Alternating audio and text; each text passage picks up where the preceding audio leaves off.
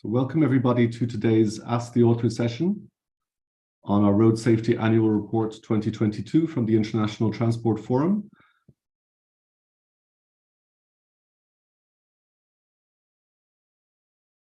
We're waiting for people to come into the room.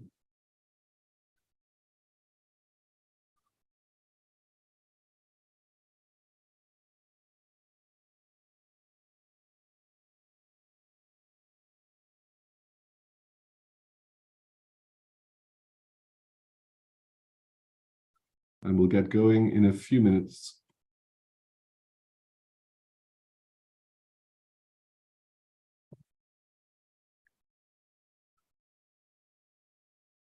So we're waiting for a few more people to enter into the room before we get our Ask the Author.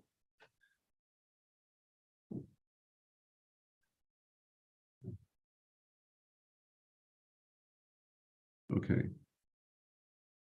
So we'll get going. You're very welcome, everybody, to the International Transport Forum's Ask the Author on the Road Safety Annual Report 2022. This is our flagship road safety publication, issued every year towards the end of the year, which highlights the latest transport data from around the world and it provides an assessment of road safety policies and developments. So my name is Ronan McErlane from the communications team at the International Transport Forum. And joining me today is Veronique Feypell, our road safety expert at the ITF and lead author of the report. There are many of you joining us today, and there's been already a lot of interest in this report. It's been hugely downloaded. There's a huge amount of social media interest as well, and we thank you all for that and for your participation. The idea today is to have a very quick overview of the methodology and findings behind the report, which will last for about 10 minutes, and after which Veronique will be happy to take your questions. To send us your questions, very important to please use the Q&A function, the question and answer function in your Zoom window. That will help us to moderate and get to as many of your questions as possible. So without further ado, I'll hand over now to Veronique to provide the presentation of the report. Veronique. Thank you, Ronan. Good morning, good afternoon, good evening, everyone. It's my big pleasure today to present you some of the key findings of our annual report on road safety, which was prepared by our IRTAD Group on international traffic safety data. To start with, some very preliminary data on 2022. As you know, road safety and mobility have been profoundly impacted by the COVID-19 pandemic. And in 2020, we have seen a dramatic decrease in the number of road deaths. In 2022, we just have currently data for some countries for the first semester of the year. And what we can see is that in many of these countries, road deaths increased in the first semester of 2022 compared to 2021 and 2020, but they are still below the levels prevailing before the COVID-19 pandemic. Still, we don't have yet mobility data to say whether the risk actually increased or decreased. Nevertheless, several countries report worrying degradation in driving behaviors in the first half of the year 2022. Regarding 2021, we have a full set of data from all the 34 countries included in the IRTAD database. And what we've seen is that 2021 is still an abnormal year, and it was still very much impacted by COVID, as a number of countries were still either in curfew or has some lockdown during some times in the year 2021. And as a consequences, we see that traffic volume increased compared to 2020, but was still below the pre-COVID level. And for most countries, road deaths in 2021 was below the trend for 2010-19. And this is what you can see here. If I take the example of the UK here, we see a big drop in 2020, a small increase in 2021, but we are still much below the trend that occurred until 2019. In 2021, 29 of the 34 countries recorded a decrease in the number of road deaths compared to the average for 2017-19. On average, for these countries, the number of road deaths increased by a small 0.1%, but the decrease is of 12% when we remove the data from the United States. This graph presents the mortality rate in 2021. This means the number of road deaths per 100,000 population. And we see that the mortality rate range for our countries from 1.5 in Norway to a bit more than 14 in Colombia. We have today many countries with rates below 5. And when I started working in road safety in the mid-90s, I think that Sweden at that time had the lowest mortality rate, and it was at 6. So much progress has been done in the past decades. The country with the highest rates are here. They are all in the Americas. This being said, it should be noted that we can find much higher rates in many low and middle income countries, which are not covered in this report. So although the rates are high here, these countries should certainly not be seen as the worst in the world. Regarding the longer term trend on road safety, we analyzed in this report the data between 2010 and 2019, before the pandemic, because of course the pandemic made a big disruption on the data. And what we can see is that overall, the number of road deaths decreased by 8% during the period 2010-2019, but by 18% when we remove the US data. And we can see that the number of road deaths decreased in all but 3 countries. The biggest decrease were observed in Norway with about nearly 50% reduction, but none of the countries reached a 50% reduction, which was what the first decade of action was targeting at. These 2 graphs shows the evolution in road deaths by road user, and we showed them here with the 34 countries and here without the US. The reasons why we remove the US is because this is the most populous countries within our IRTAD membership. And since the US has strong fluctuation in the past years, this has a strong impact on the average. But what we can see nevertheless is that the decrease in road safety benefited the most for car occupants. So as an example, here we had an average reduction of 8% in the number of road deaths between 2010 and 2019. During the same time, the number of car occupants killed decreased by nearly 20%. The number of pedestrians killed decreased by 3%. The number of cyclists killed decreased by 1%. And the number of motorcyclists killed increased by 7%.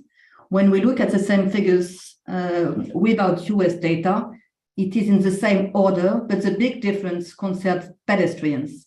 You can see that when we remove data from the US, the situations for pedestrians is much better, with a 20% reduction in the number of pedestrians killed between 2010 and 2019. So in these 4 graphs, we can see the evolution by country in the number of road deaths, here for car occupants, here for pedestrians, cyclists, and motorcyclists.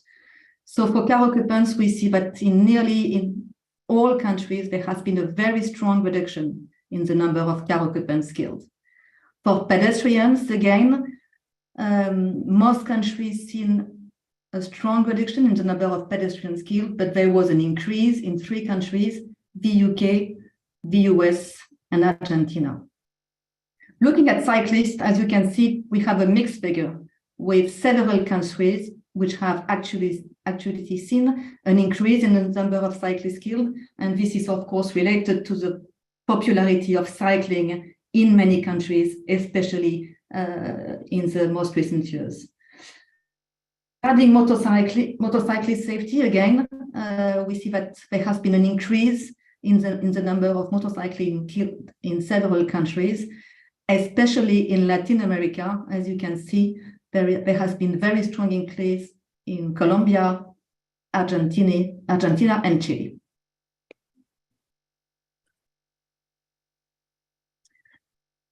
When we look at the evolution in road deaths by age group between 2010 and 2019, we see that the young population have benefited the most from the decrease in the number of people killed. So against an average reduction of 8%, there has been a 36% reduction in the number of young people aged 15 to 17, a 27% reduction in the number of people aged 18 to 20 as an example.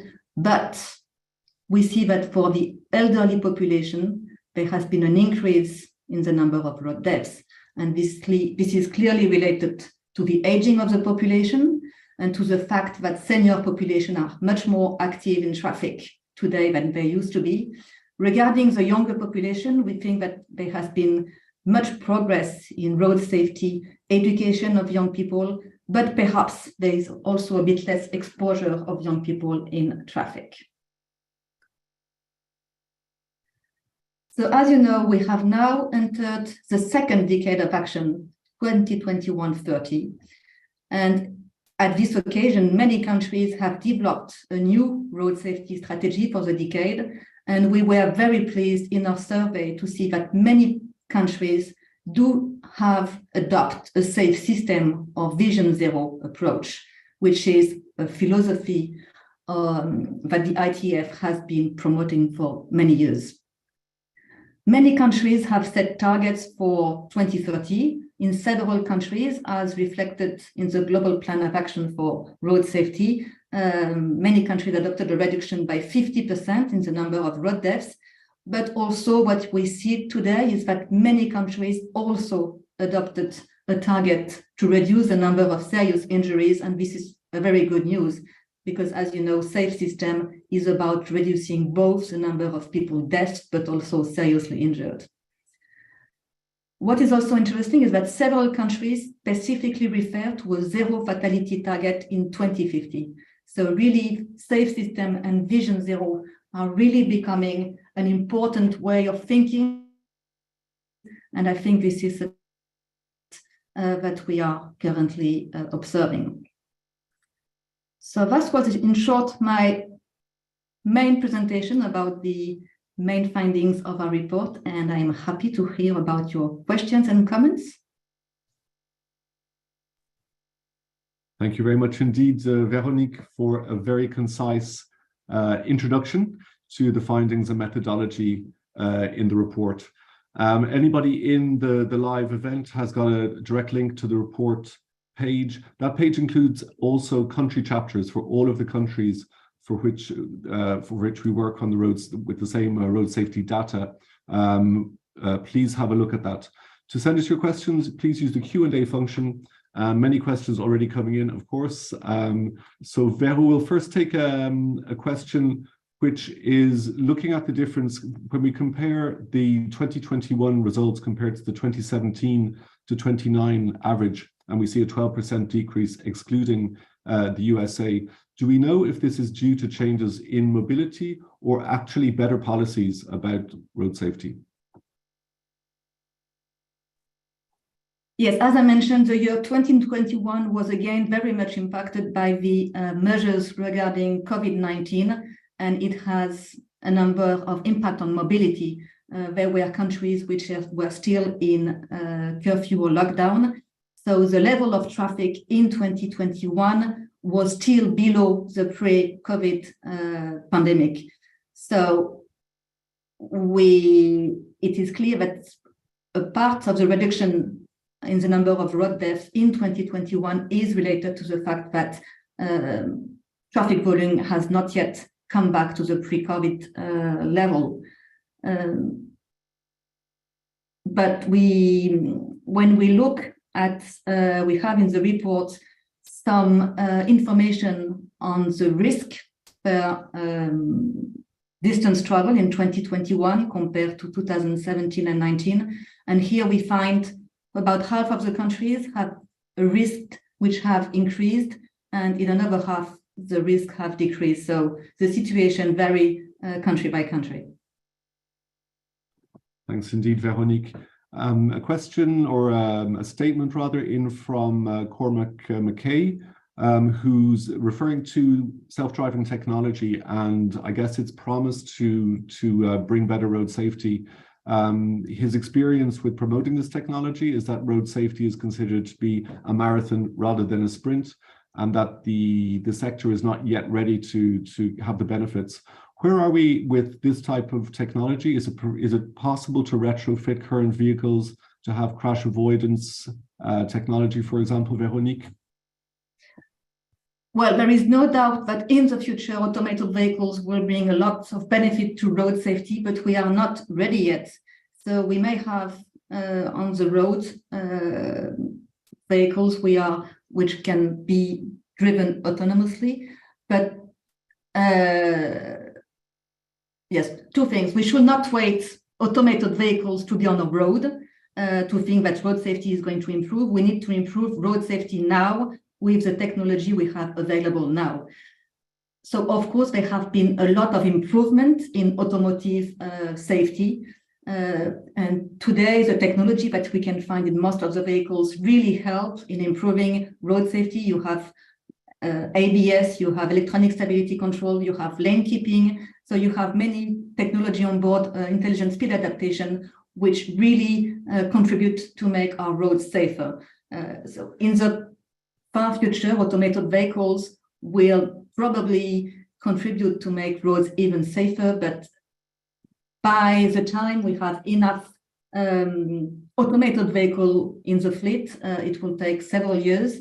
So we should not wait automated vehicles to be the magic bullet to road safety, and we should act now based on the technology available today. Thanks, Vero. This links to another comment that we see that car occupants are benefiting most from road safety overall. Is that because of better roads, better safe roads, or actually safer cars and these type of technologies, or a combination of both?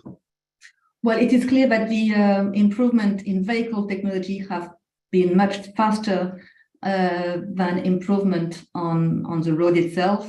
It takes several years to improve the road infrastructure, while the technology into cars come quickly and sometimes quicker than we think.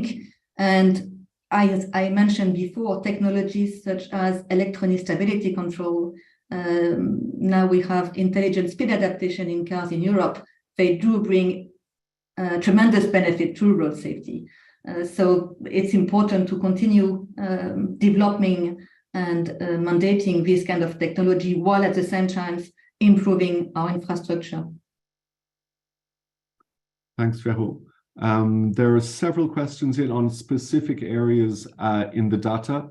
One from Poland is there, do we have a reasoning behind that large increase in motorbike fatalities in Latin American countries? Yes, in some countries in Latin America, motorcycling is becoming a very cheap way of traveling. In some countries, it's sometimes cheaper to travel on old motorbikes than traveling on public transport. So we see in countries like Colombia that the number of motorcycles in the fleet is on a continuing increase.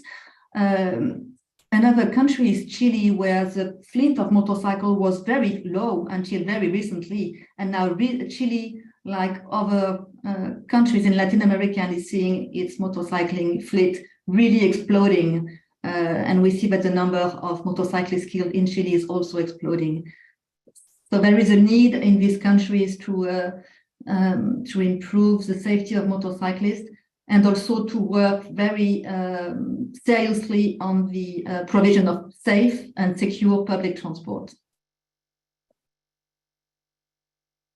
Thanks indeed, Vero. Before the next question, a quick poll will pop up. It would help us a lot if you could answer 2 quick questions rapidly. Thank you. A question from Salvador Saavedra, of course, on this quite different US experience. Do we have an idea why there is such an increase in pedestrian mortality in the US? And are we aware of any actions that the US is taking to address this? That's a very good question. And indeed, when you see the figures about pedestrian fatalities in the United States, it's very worrying. Sometimes you think that the US is composed of 50 different states, and that there can be huge differences between states. But when I looked at pedestrian fatality data for the different states, I think that there is a common trend in nearly all the states of the US. I think that maybe in only 7 or 8 out of the 50 states, the number of pedestrians did not increase. So this is really a problem which concerns the whole territory. It seems that speeding is really a crucial factor explaining the number of pedestrians killed in urban areas. And we also see that drink driving is very often at stake when we look at the factors behind pedestrian fatalities. Thanks, Vero. Neil O'Reilly picks up on one point of your presentation on cycling, that the increased interest in cycling has led to more injuries and fatalities among cyclists. So given the drive to promote active travel, this is a very concerning trend. Are there other reasons that have been identified that can explain these increases, Vero? Well, as I mentioned today, there is clearly a promotion of active mobility, which is a great news, and we do need more walking, more cycling in our cities. At the same time, our government and policymakers do need to provide safe infrastructure for cyclists and pedestrians and other type of new mobility in urban areas, because clearly this active mobility is the future of urban areas, and we cannot just think about more safety by numbers. So we do need to provide adequate space for all vulnerable road users. Thanks. Interesting question from Mike Conroy. Do we have any data on the split between fatalities with passenger vehicles compared to commercial vehicles? And if not, is this something that could be considered for future reports? Yes, that's a good question, Mike. No, today in IRTAD, we do not have a split between passenger vehicles and commercial, but that's something probably we should look in the future. And similar question for Morsley Unrami on statistics of cars involved in fatalities as compared to public transport. And I guess that will be dependent on the measurement indicator that we might choose to compare those in terms of passenger kilometer traveled, for example. But IRTAD does not go into public transport fatalities, as far as I know.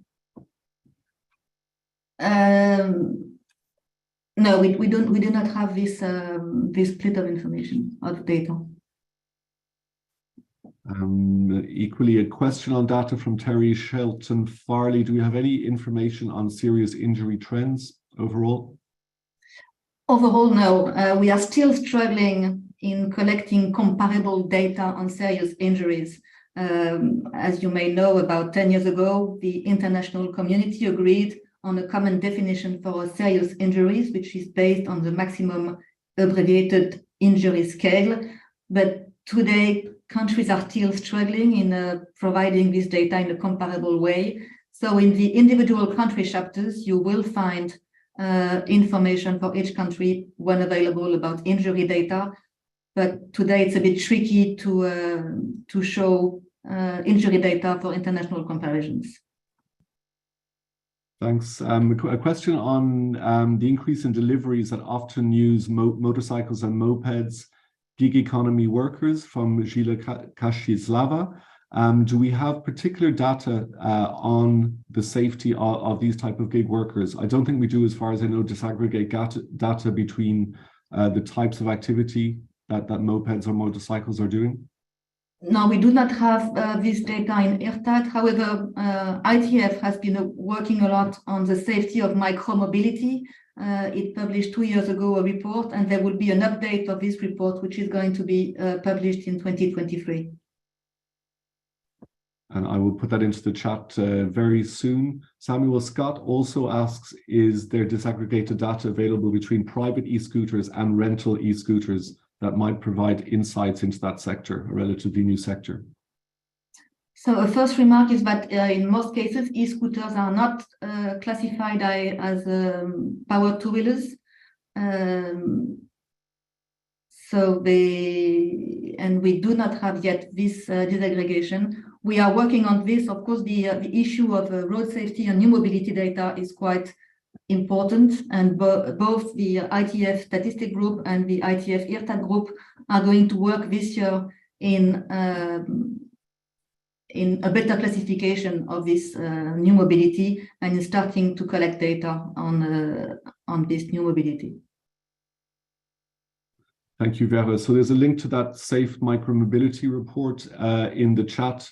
It's a report which was absolutely remains unique and was very unique at the time as being a precursor in that area.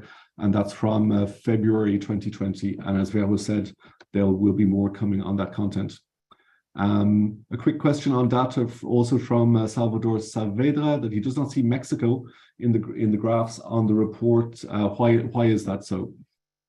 Yeah, so we do work with Mexico, and Mexico is a member of IRTAD. However, we published in the annual report what we call validated data. So when there has been a quality check made, and this exercise has not yet been made for Mexico.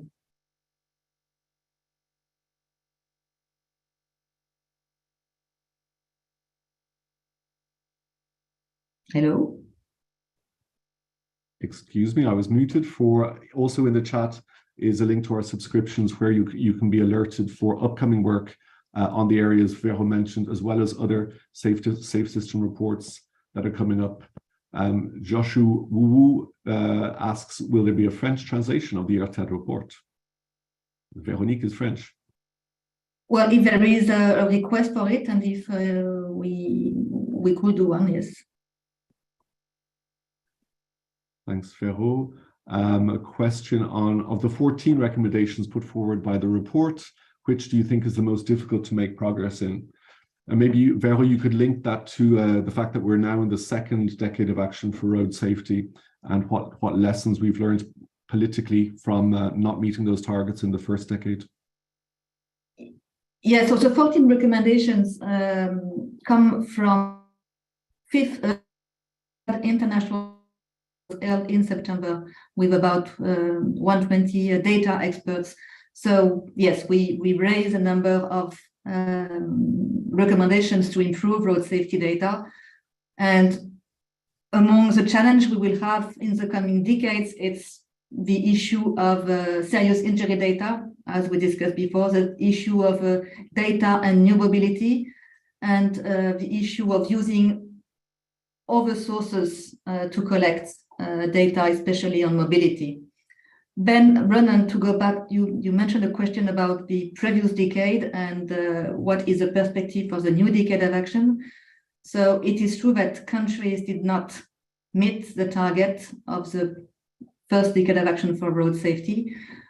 We could say it's a failure, but I will not share this opinion. I think that much happened in the first decade of action for road safety.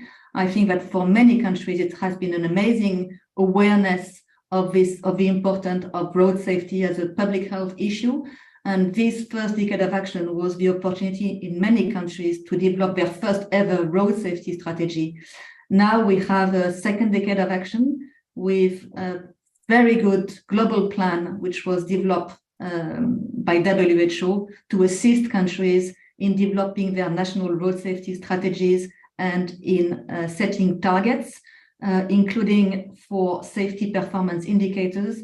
And I truly believe that if countries take this global plan seriously, if they set measurable targets, both for a number of deaths and serious injuries, but also for a set of performance indicators, they can make tremendous progress during this decade. So let's hope that all countries in the world will take road safety seriously and implement a safe system approach and develop sound road safety strategies. Thanks, Vero. We're reaching the end of our session. We have time for one or two more questions, so don't hesitate to pop your questions to the Q&A. Rifat Turkan is wondering about a potential bias in interpreting, in any case, the statistics following COVID-19, a great increase in active transport, walking, biking, etc. Rifat wonders if certain age groups are therefore not represented by the increase in those active modes. For example, older people may not use these modes so frequently. So how can we compare deaths per thousands of people against the number of people now using these modes? Do we have a way to break down and look into the detail of that? Well, definitely we need more information, more insight on mobility trend in the past years. It's true that during the COVID period, not everybody was exposed in the same manner, and probably the aging population tend to stay more at home than other age groups. So indeed, yes, we do need to have a bit more data on mobility patterns during the COVID to understand different change in traffic behavior. A question from an anonymous user on the Ukraine war crisis and its impact on traffic volumes and accidents. Will that be part of future reports? Well, Ukraine is not a member of IRTAD, so for the time being, we do not have any data on Ukraine regarding road safety data. And I think we're reaching the end of the session pretty much. In the chat, you'll find other ways to stay in touch with the ITF through our social media accounts, and please don't hesitate to use those to bring our content to other people or indeed to get in touch with us. And for a last question, also from an anonymous attendee, wondering about the surge of popularity in electric scooters and initial lack of regulation in certain jurisdictions, certainly. Does that account for an increase in fatalities and injuries for motor vehicle sectors? Well, the safety of e-scooters is definitely a big issue in most cities in ITF countries. The lack of regulation is an issue, and we see today that many cities are currently reviewing their regulation to restrict or restrain the use of e-scooters. So yes, this is definitely an area where cities must work to prevent that there are too many e-scooters, fatalities or injuries in the cities. Excellent. Thank you very much, Vero. We're glad to have got through many of your questions. There are quite a few questions that are still outstanding. Where possible, we will get back to you and contact you either by email or over the telephone to see if we can help with a few of your queries, including especially the query on technology in Africa. So it remains for me just to thank you very much, Vero, for the report, the excellent report, excellent presentation, and thank you all for your interest. And I hope together we can make a great difference in road safety in this next decade. Thank you so much, everybody, for joining us today. Take care. Bye-bye.